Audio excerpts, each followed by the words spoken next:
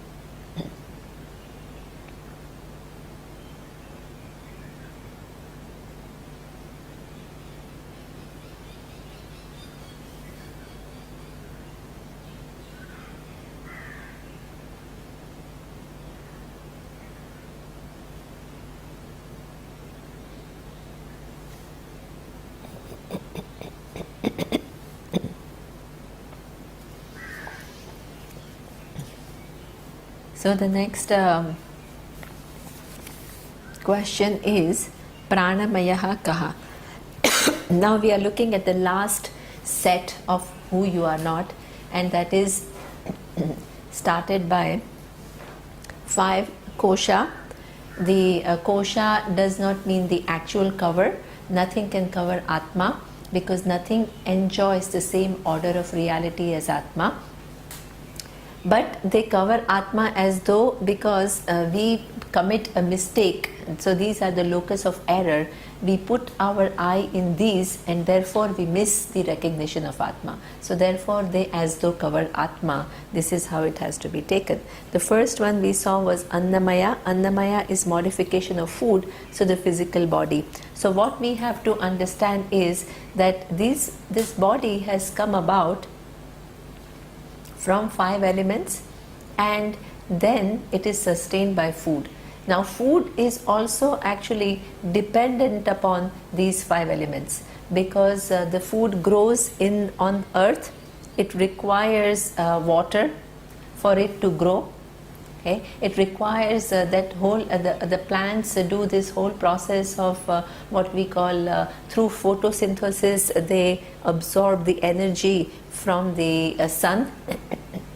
They also give out carbon.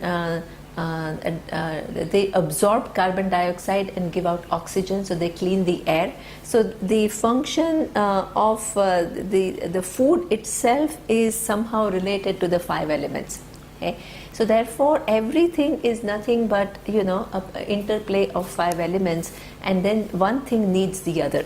That is the physical body is nothing but modification of food because it is born of food which is eaten by the parents. It is sustained by food. From the time of the birth, the person has to eat food in order to survive, and then it goes back to the earth when the physical body is declared dead. So therefore it is made up of Annamaya. It is a modification of food, and that is not what I am. The second level of error is what we call Pranamaya. This is where we commit a mistake. So the question is asked, Pranamayaha Kaha? And it says, Pranadhyaha Panchavayavaha Vagadi Indriya Panchakam Pranamayaha Koshaha. Okay? So here he says that the 5 modification of prana, the physiological function. What are those physiological functions? Those are the breathing in and breathing out, which is what we call respiratory function. Then the second is circulatory function. The third is digestive system. Then the fourth is evacuation system, and the fifth is what we call the last breath that we take when we actually the prana leaves the body. Okay, so these are the 5 functions of prana, and our identification is very much with this pancha prana, because any lung based disease or whatever that we have, so you say I am sick, with that, or digestive system problem that you experience, you attribute it to I.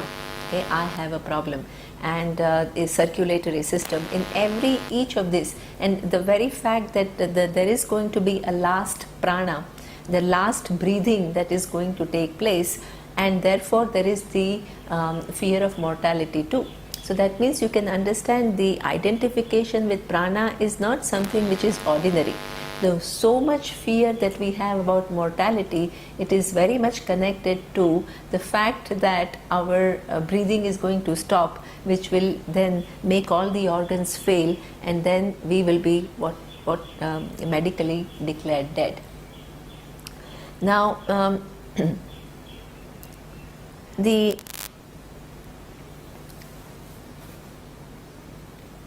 prana itself, and this is why in the pranamaya kosha there is the sense organs of actions are also included. Okay, so what it talks about is the not only the panchavayavaha, which are all called, they are given they are not given the name. Okay, so they are the 5 organs of action, as we have seen before. They are speech, hands, legs, organs of excretion, and organs of procreation. So these are also included in pranamaya kosha, because without that respiratory system, none of these are capable of working. So therefore pranamaya includes, in fact it should include everything, organs of sense organs also, because even sense organs cannot operate without the presence of the prana. So prana is something which is necessary, and this is why some people say that if you take the Indian model, then the life of a person is kind of a predetermined. Okay, how long you are going to live is something which is coming, that is determined according to the prarabdha karma.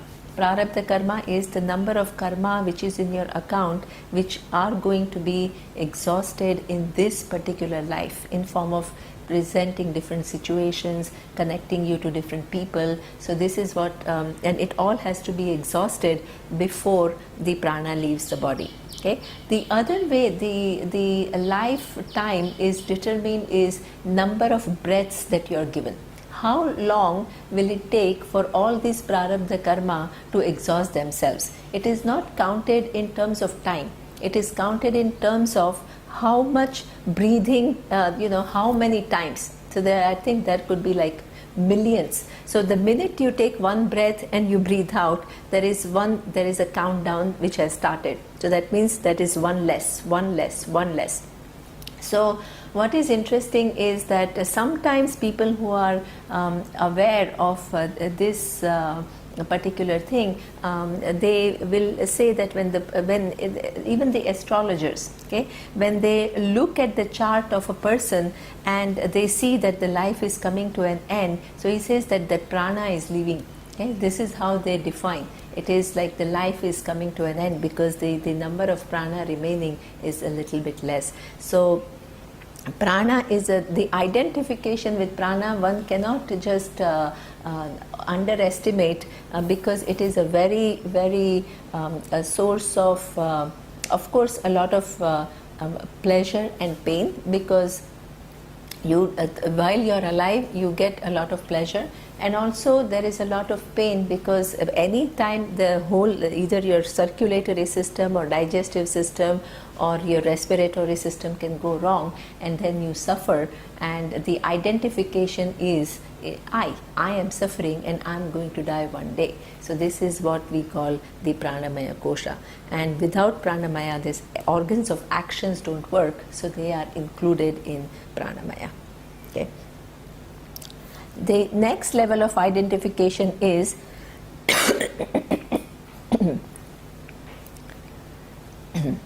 Manomaya. So here he says, Manomaya kaha. What it says is, what is the third level of cover, where again we have an identification with that. We think I am that, and therefore we miss the reality of Atma, and that is Manomaya, is the mind. Okay? So here he explains what is Manomaya. Manomayaha kaha manascha gnanendriya panchakam militva yo bhavati sa manomayaha koshaha. Here the manomaya, what is very important to recognize is that here it is defined as the mind as well as the 5 sense organs. Now this is what is very important, that somewhere else it may not be defined in the same way. Many times pranamaya includes only 5 pranas and manomaya includes only the mind. Okay? But here they have done in a way that pranamaya along with the physiological function, which is organs of action, and mind with sense organs. This is how they have divided, and this is just a given classification. The point is not to get stuck in, oh yeah, but in that Upanishad, Manomaya is defined as only the mind, and here it is along with the sense organs, so why is it so? The point of the whole thing is that it actually is conveying something, okay, and it is not to be taken at an absolute level. Okay. The prana is very much connected to the body being alive and is able to function, so the organs of actions are taken. Okay. And mind is something for sense organs to operate. Okay. The reporting all goes to the mind, and the mind is the one which processes what is reported by the sense organs. So therefore that given connection, in fact you need prana also for the sense organs to work. Okay? But that given relationship of sense organs doing that particular job of reporting to the mind, and the mind assessing it and feeling things and deciding things, and this is why that connection is given. Now the point of the whole thing is whether you put that in one place or the other, it doesn't really matter. What it shows is none of this you are. Whether it belongs to prana or it belongs to mind, in any case you are not the sense organs, and you are not the organs of actions, and you are not the pancha prana, and you are not the mind. Okay, that is what has to be understood, rather than getting totally carried away by a given classification, because that classification can be different somewhere else. Okay, so one then has to understand that the intention is to show who you are and who you are not. Okay. So now here it says that mind, so the mind is again defined differently. Here it doesn't actually talk about what is the mind, but mind can, as I had mentioned earlier, it can be looked at in 2 ways. One is the place where the emotions take place. The seat of emotions is what we call mind. The second way to define mind is that which actually, when the sense organs report, okay, there is this the data which is coming in, and the data is going to be processed, and that processing of the data leads to what we call sankalpa and vikalpa. Okay, you have all these data coming to you, and then you will say, should I do this or should I do that? Okay. Is this the right thing or that is the right thing? So this is something which happens in the mind when the sense organs report a given data. Okay. So therefore this mind is defined as the seat of emotion, as well as that capacity of mind of that, receiving the data and then basically creating certain vrittis through which one begins to process the data. Okay. And the Gnanendriya is the 5 which we have seen: the eyes, the ears, the nose, the skin, and the taste. Okay, the tongue which can taste. So all these are included in Manomaya. So what has to be understood is that you are not the mind. Okay? How do you then understand that you are not the mind? Because in fact this particular given mode of mind, which includes emotions, actually what is it? Okay? You may think that you have been sad for, or you've been depressed for 6 months. Okay? But in effect what happens is that every thought, in fact one day has about 60,000 thoughts, according to somebody, that we have about 60,000 thoughts, and no one thought is actually one thought is quite independent of the other. The thought comes and the thought goes within matter of seconds, okay? And then another thought emerges and that also goes. So if every thought is a new thought and each one is distinct from the other, how you can make the claim that you are, it's not like you have the sadness thought from morning to night for 6 months, because of which you call yourself depressed. Okay? But what happens is that why do you call yourself largely depressed? Because the mind has what we call associative thinking. Associative thinking is that even though one thought is independent of the other, we have a tendency to build on thoughts. Okay? So for example, you say that, I'm feeling down today. Okay? That is one thought. That is an independent full thought. Then you will have a second thought which is kind of a related thought, where you say, nobody is talking to me. Then the third thought is, I'm so lonely. The fourth is, nobody cares for me. So that means that one thought, even though all these 4 thoughts are quite independent, they are all connected in a given way. This is what we call associative thinking. Okay? And therefore it gives a picture. It gives a picture of, oh my God, this is how I'm feeling. This is how I am. Okay? And that is something which gives some kind of a continuity, and I'm totally identified with actually series of thoughts. And I not only series of thoughts, but I qualify myself in terms of, in fact, out of the 60,000 thoughts, let's say if you have had 10,000 thoughts which are related to some sadness, you totally disregard all the other 50,000 and you identify with those 10,000 and you call yourself depressed. Okay? So this is how we do this selective putting together of things, and then we not only do that, but we label ourselves in relationship to that putting together of a thing. So what is the relationship between a thought and I? The thought comes in my presence. The thought is sustained. I am very much there to know the kind of thought that I am having, and when the thought resolves, I am very much there to know the absence of a given thought. So that means I am invariable in the presence and absence of many different kinds of thoughts that pass my mind. And if you go back to the different avasthas that we were talking about in the previous one, previous category, which we negated the three different things, sets of things that I am not, we saw the 3 different states of experience in form of waking, dream and deep sleep. So every day, what is very important to understand, we are given the experience where there is thoughtlessness, which is in the deep sleep. Okay? So if I was as good as the thought, when there is thoughtlessness, I would cease to exist. But that is not so. Even though there is thoughtlessness in the deep sleep, I very much am present. So that shows that I am not any thought. Some people think that I am then the silence. Okay? So what Vedanta says is you are neither silence, because silence goes away in the wake of thought. So that means that if you are silence, then when the thought comes, you go away. That is not the case at all. You are very much present when each thought is there.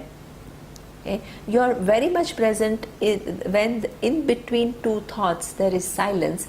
You are the invariable presence which is in and through the thoughts and the silence.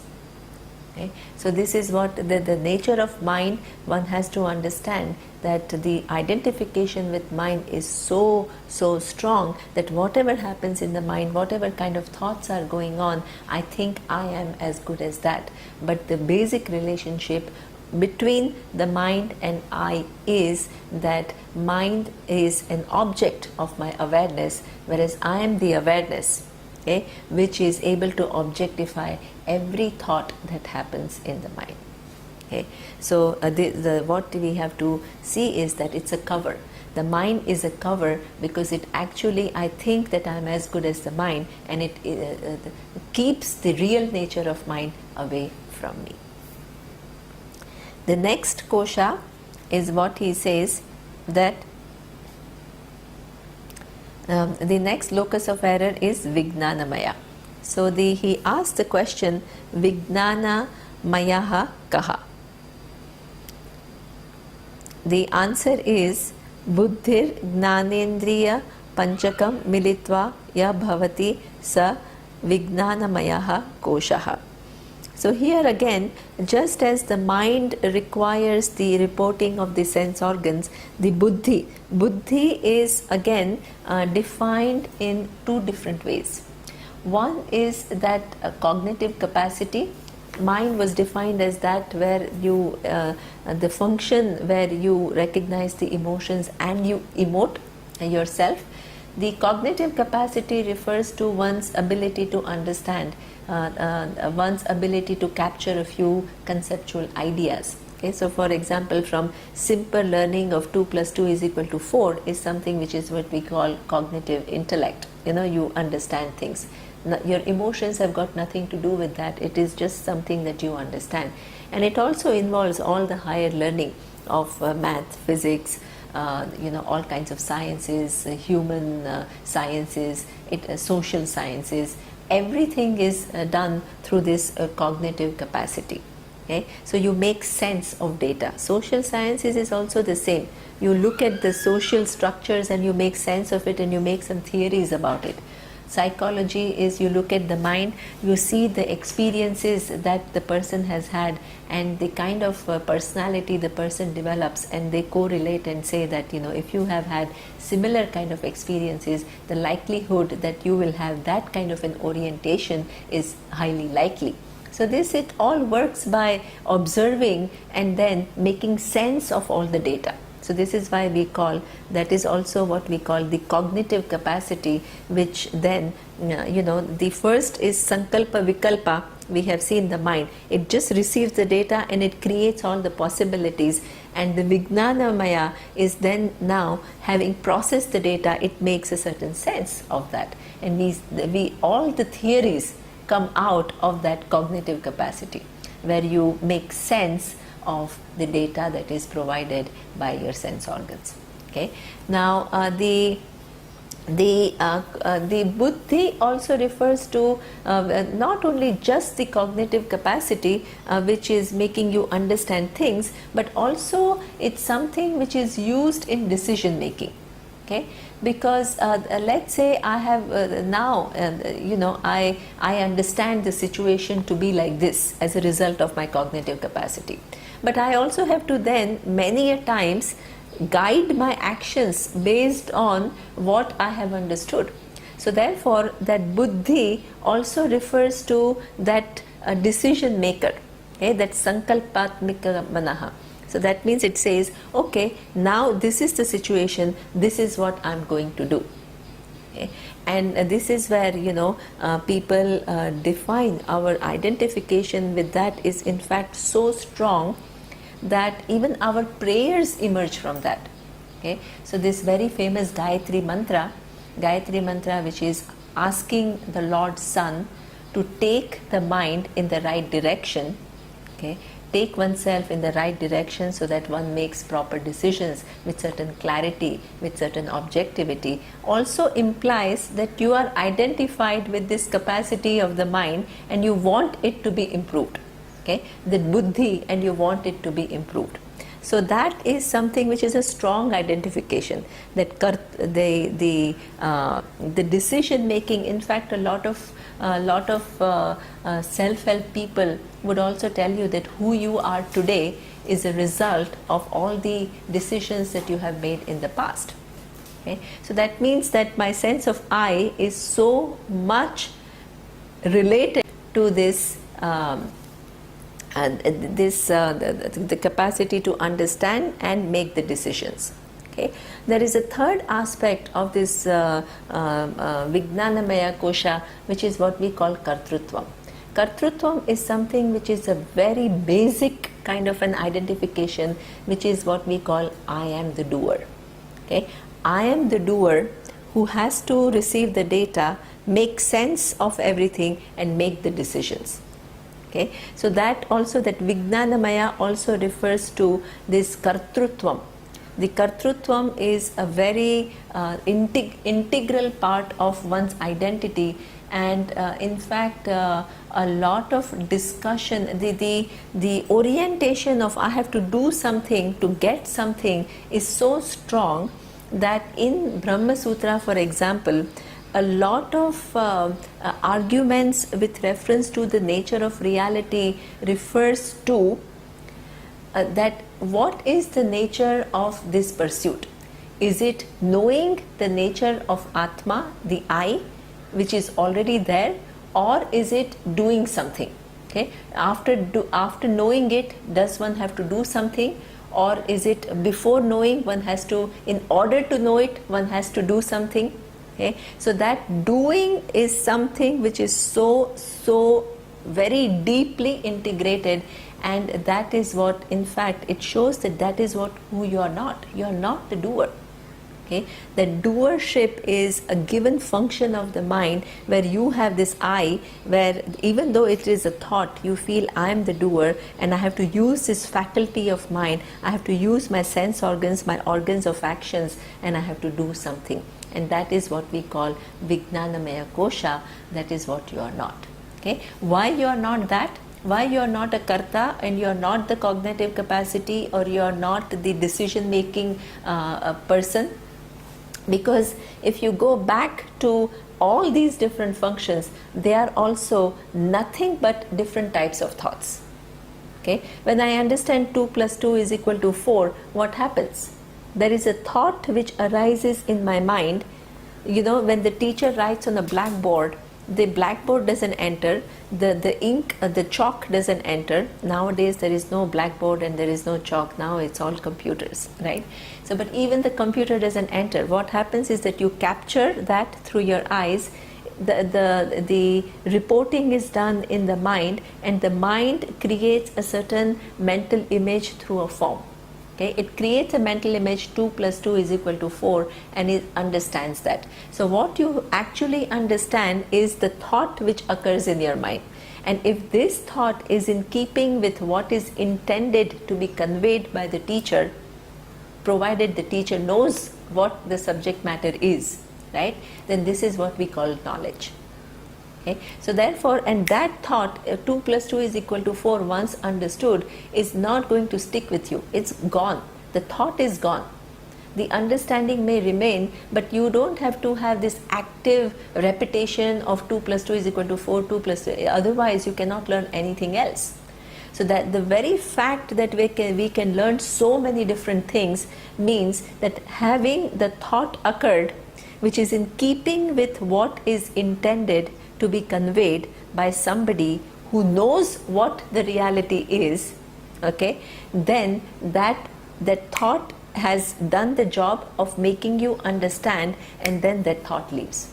Okay? So therefore, that given capacity is also something which is a result of thought, which is transitory in nature, which comes and which goes, and you are the one who knows the presence of that given thought, and who also knows the going away of that given thought. Therefore, you are distinct from this Vijnanamaya. Okay? Similarly, a decision maker, it's one-time decision making. In the life, we have made hundreds of decisions, right? It's not that every decision sticks to me. It's one thought, okay, I'm going to do this, and then it's done, and then you act based on that, and there are so many other thoughts. So each thought is transitory in nature. Even the decision-making thought is transitory in nature. Okay?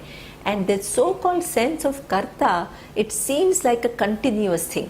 Okay, even though what I know can vary over a period of time. As to, as a child I learned so many different subject matters, and I decided to concentrate on humanities, and then I study literature. So then I study English literature, then I decide to study Sanskrit literature. So what I learn changes over a period of time. Okay, but at the same time that I am the one who is the intellectual person who is making the decision to pursue a given knowledge and learning that given thing, that personality, that the doer who is making all these decisions, okay, and knowing different things and conducting one's life, is something which seems to be a continuous thing. Okay? But that doer itself is something which is in form of a thought. And this is where our different avasthas are very important. Okay? The different states of experience, for example, in deep sleep, this doer totally resolves.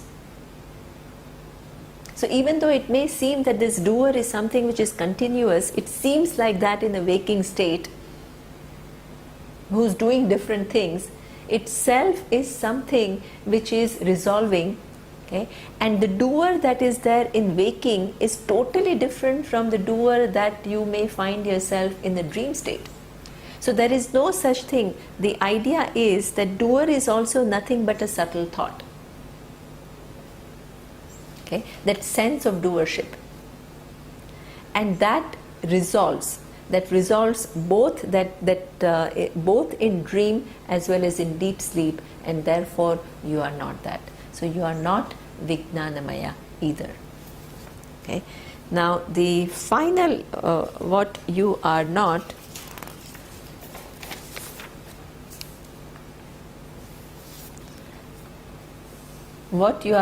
is what it says, Anandamaya.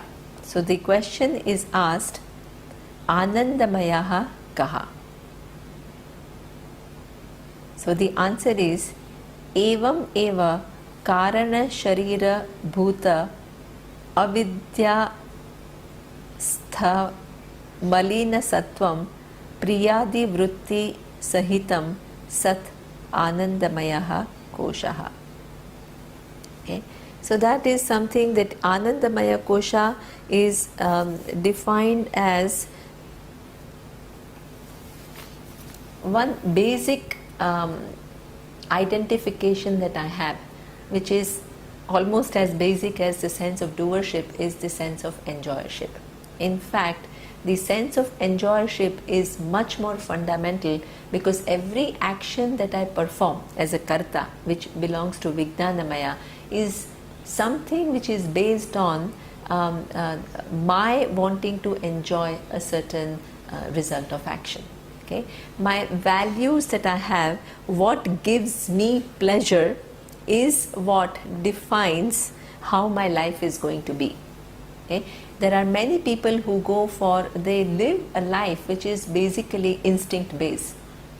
So they just have a good food, the sense pleasures, something, go for a movie, have good food, have a good few human relationships, and then that is the end of life. That means your values, what you consider as the source of enjoyment, is confined to that.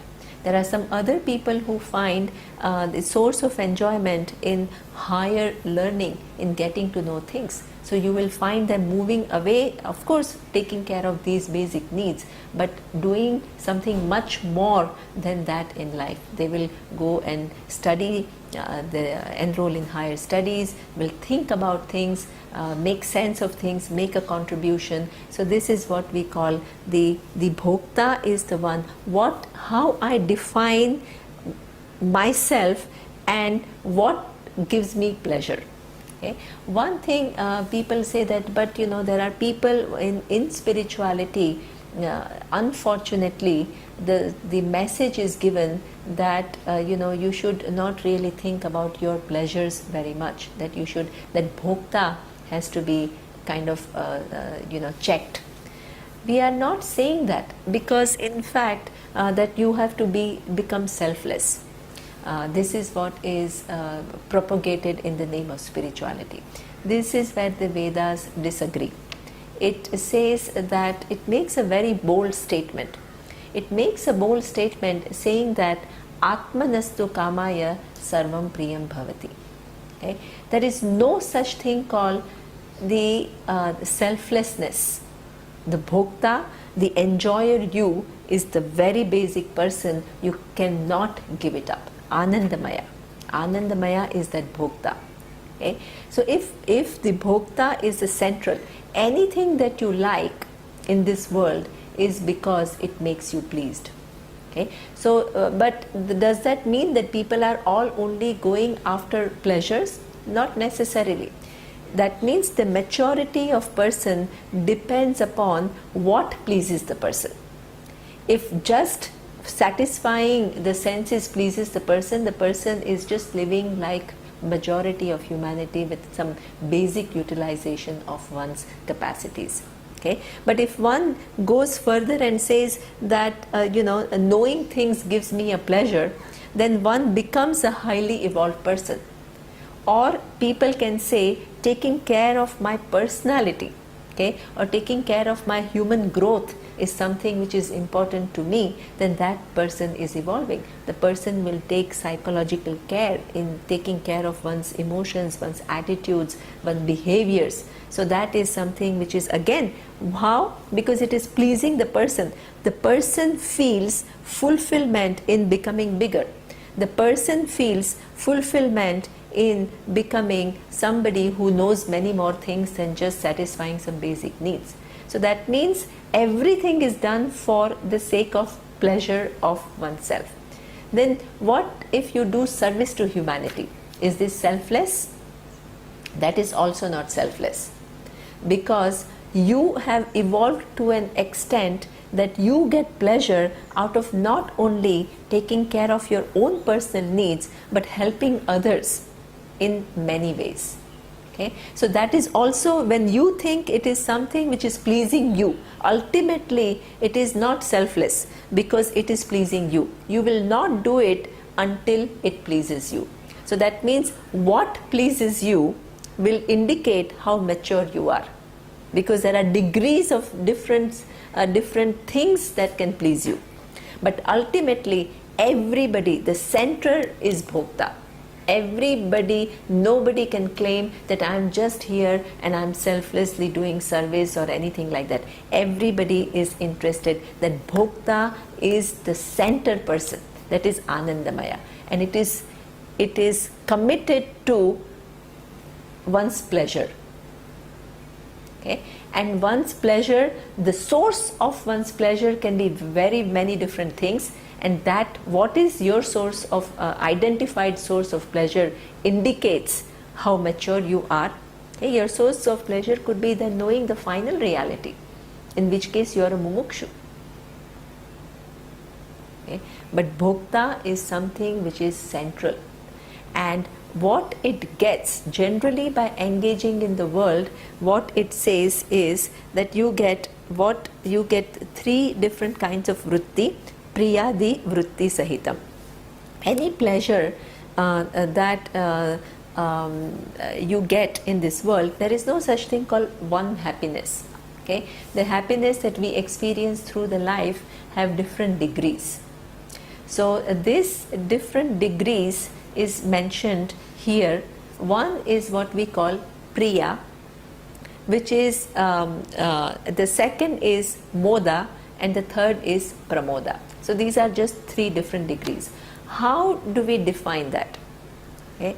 So last time when we were at the Kodaikanal retreat, I gave an example which is what I'm going to repeat this time, because we were going to go to, we had a retreat in this beautiful resort in Mangalakombu, which is about 1 hour from Kodaikanal.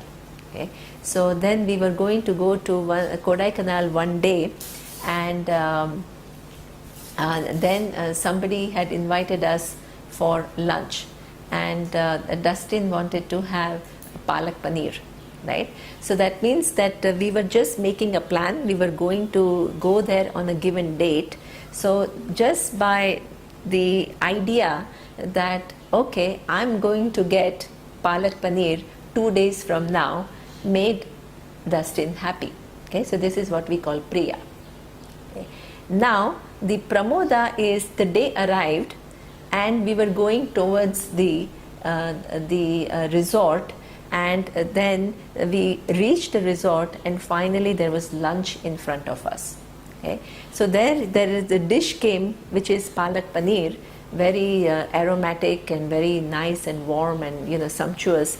And then Dustin looks at it, and the degree of pleasure is more than when 2 days ago he was thinking about it. Okay, so that means there is a difference in degree. So that is from priya, it has moved to moda.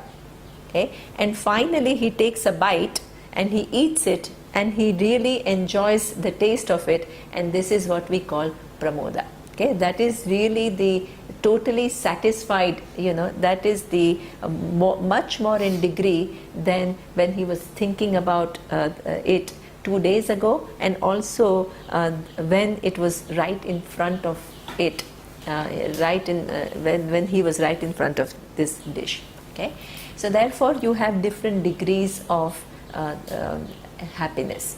And every pursuit, in fact we are interested in our own well-being, and every pursuit that we perform is meant for us to have that kind of a satisfaction.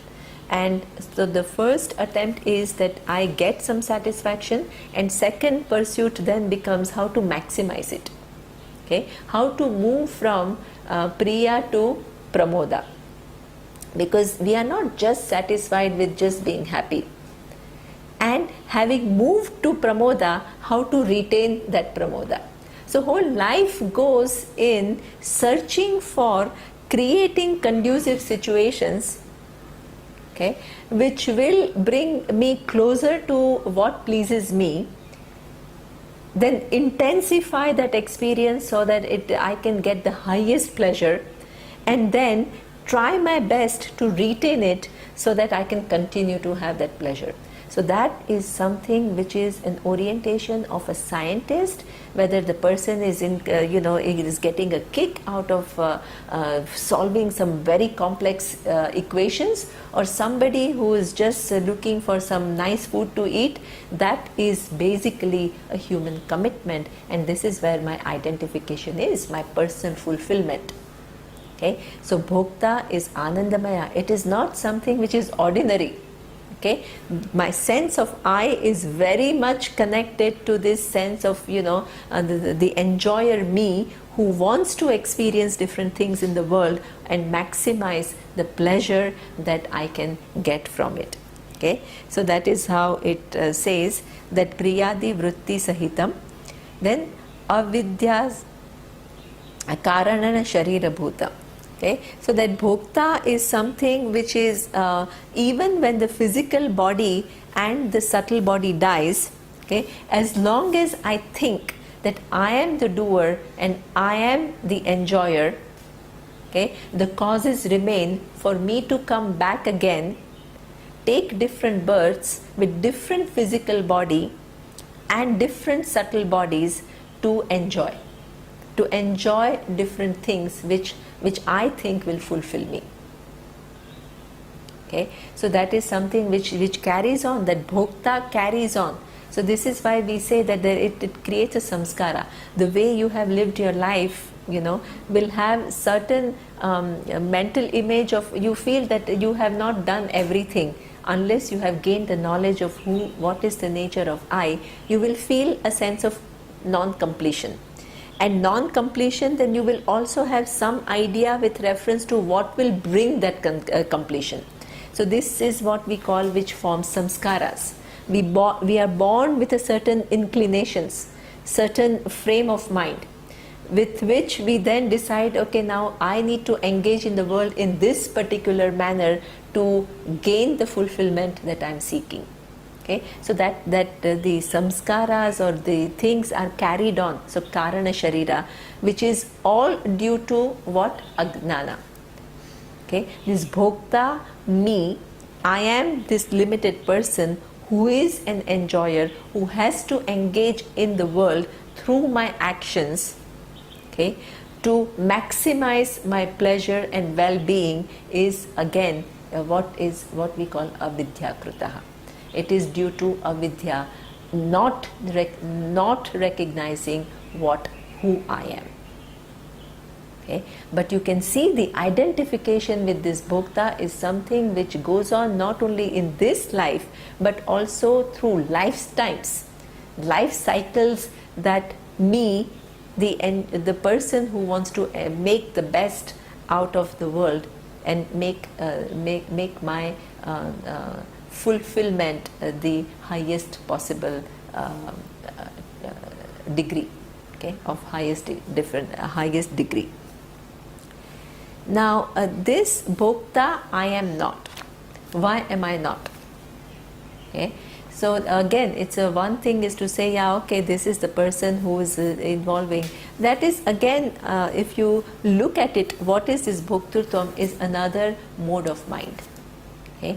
Just as your emotions are a given mode of mind, your cognitive capacity with which you understand is a given thought which occurs, through which you understand different things. Your kartrutvam is also a given thought. Even this priya, moda and pramoda is also nothing but vritti. Okay? So what happens when there is ananda? When you experience different degrees from priya, moda and pramoda, what happens? Okay? So what happens is that you, the bhokta who wants to enjoy, is the person who thinks that this given object will satisfy me. So you perform the actions to get that object. Okay. So now the bhokta is a seeker who wants to have that given object of pleasure, and if that bhokta is successful, the bhokta means enjoyer. Okay, the person who wants to enjoy that given object, to which one attributes one's happiness. Okay. When that object comes, when the person is able to get the desired object, what happens is that there is a kind of a vritti that takes place where the seeker sought, the seeker me of a given thing, and the sought of which is a given thing which I am seeking, that there is a resolution. I want the promotion. The promotion has happened. Okay, so the seeker in me, the bhokta in me, is resolved for a while, because what I was seeking, the promotion, is what I have. Okay, that resolution leads to, there is a vritti which makes me recognize that what I have sought is what I have got, and that resolution is making me a person who is a non-demanding person. Okay? And that the extent to which that vritti is able to resolve my sense of lack or sense of wanting or sense of incompleteness, to that extent I will feel happy. Okay? So therefore the bhokta is also very much somebody which is just an entity, it's in form of a thought. Okay. Similarly, if you look at the avasthatraya, which is very important, in the deep sleep, the so-called me, the bhokta, the person who wants to engage in the world to get the fulfillment that I am searching for, is also resolved. That bhokta is no more there. In dream, it can become a totally different bhokta. Okay, I'm lying down here with a completely full stomach after eating idlis and dosas, and I can dream that I'm really hungry and I want to sit in a cafe in Paris and I want to have some a nice croissant. Okay, and that I'm going to have. So that bhokta is totally different from the bhokta who has just eaten the idlis and gone to sleep. Okay? So therefore the bhokta is also variable. For some hours it is not there at all. In dream it's a different type of bhokta, and while I am enjoying in the waking, it is nothing but thoughts which is transitory. So each of these thought is transitory, and therefore this is what I am not. So all these 5 identifications that I have, where I'm so deeply connected, who I am is so deeply connected to these 5, is shown to be covers for Atma, because I take myself to be all of this, right? Then I miss the reality of Atma.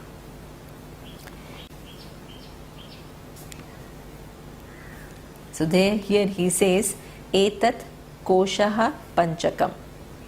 So he explains why are they kosha now. It says, madiyam shariram, madiyaha pranaha, madiyam manascha, madiyaha buddhi, madiyam gnanam iti svena eva gnayate tat yatha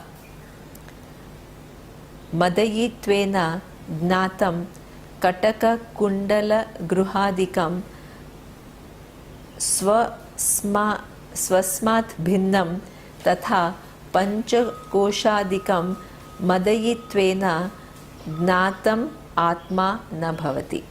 He gives a very basic logic of why you are not any of these 5 koshas. Okay, we'll just use the word kosha here because we've explained that it is not really a kosha. So here he says that why are they not? Because again he uses one simple logic. The logic he uses is what we call the distinction between subject and object, okay, which is what we call drik and drishya. The subject is something which observes a given thing. What the subject observes is something which is varying in nature, okay, and the subject is the invariable presence which observes all these different things which come and go. So this is where he says that if I am able to get to know different conditions of my body, madiyam shariram, okay, the body undergoes so many changes. I'm sick now, I'm recovered the next day, okay, or I'm having ache and the ache goes, or I see myself grow. All these different conditions of the physical body are known to me. They are object of my awareness.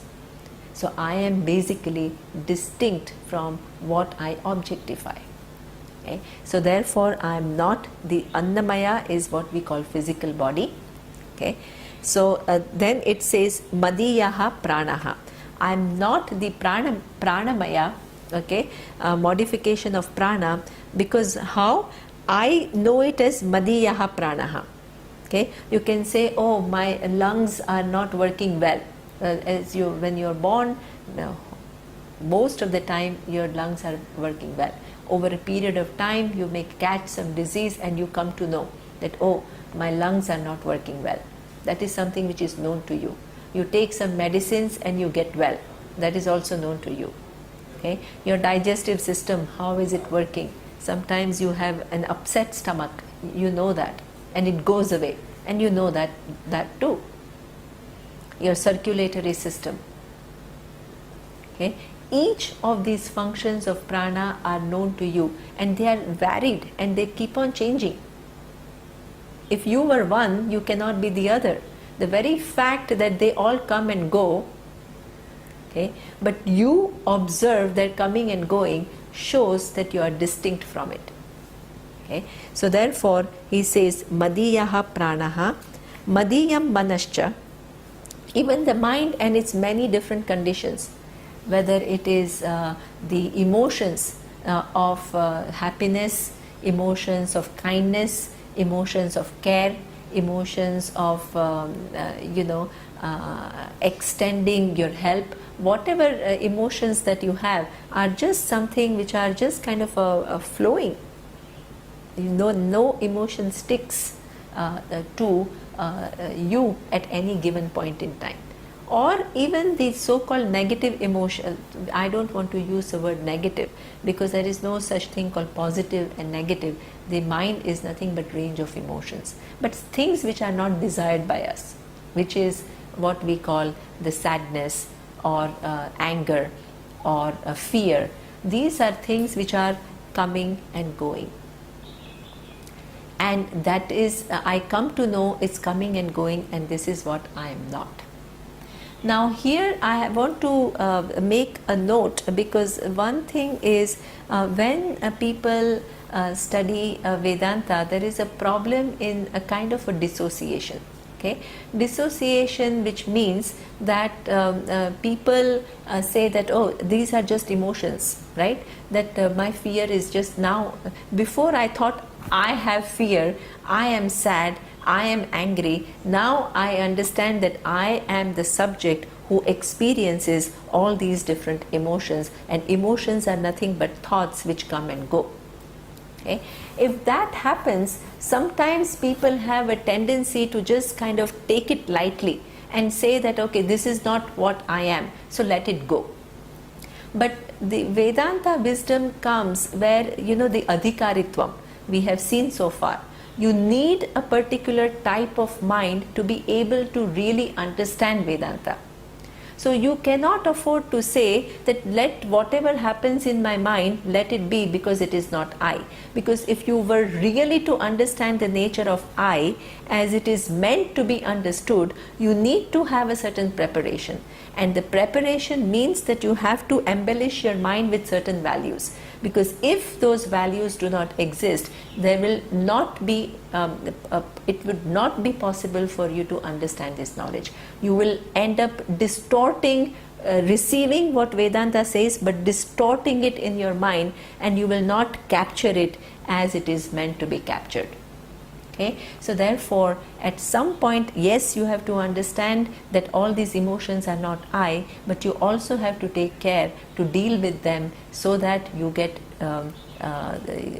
certain mastery over these emotions, so that they don't bother you anymore, and you learn how to manage them properly. So your sadness, your fears, your anger, it all needs to be looked into and processed, because that is part of having the right preparation for this knowledge. Okay? But on the other hand, the other extreme is people identify so much with so-called perfect mind, okay, and the understanding.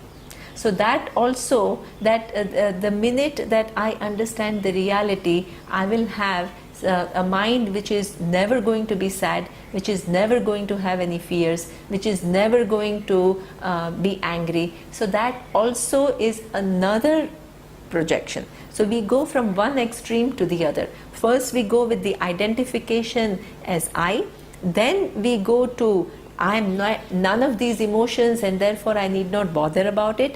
The third thing is that if I were to understand, I have to have all this totally eliminated in my life.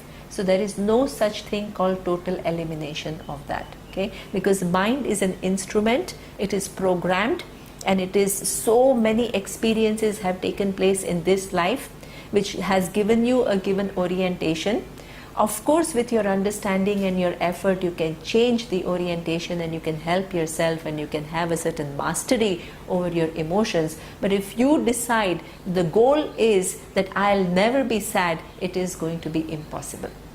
And if you equate that state of mind of not being sad to the knowledge, then that also is an error.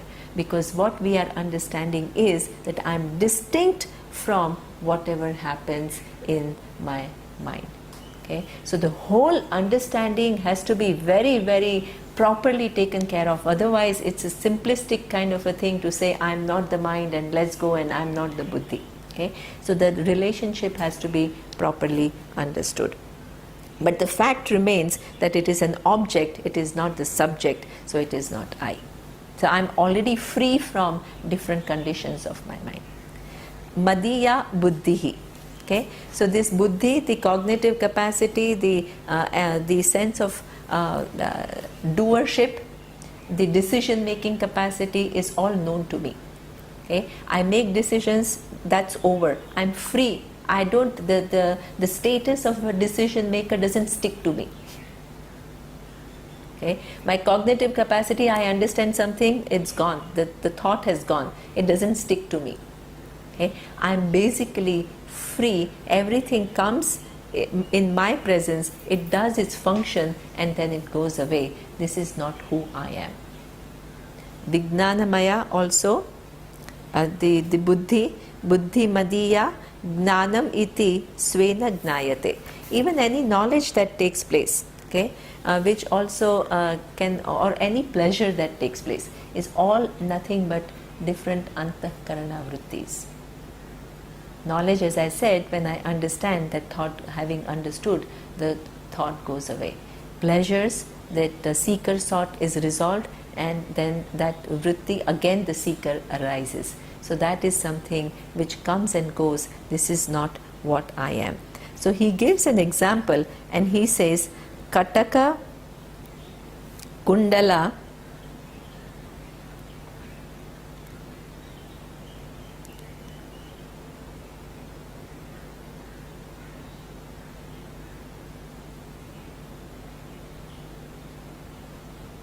okay, the Katala Kundaladivat, okay, Kundala Gruhadikam. So he gives a different examples to indicate what is subject and what is the object. Okay, so here he says that Kataka is bangle, Kundala is earring, and Gruha is house. Okay, so that means that what is interesting in this example, this all the three are objects. House is an object. Okay, so the body can be equated to a house, because among all the different houses you have a specific relationship to a given house, but you don't conclude that it is I.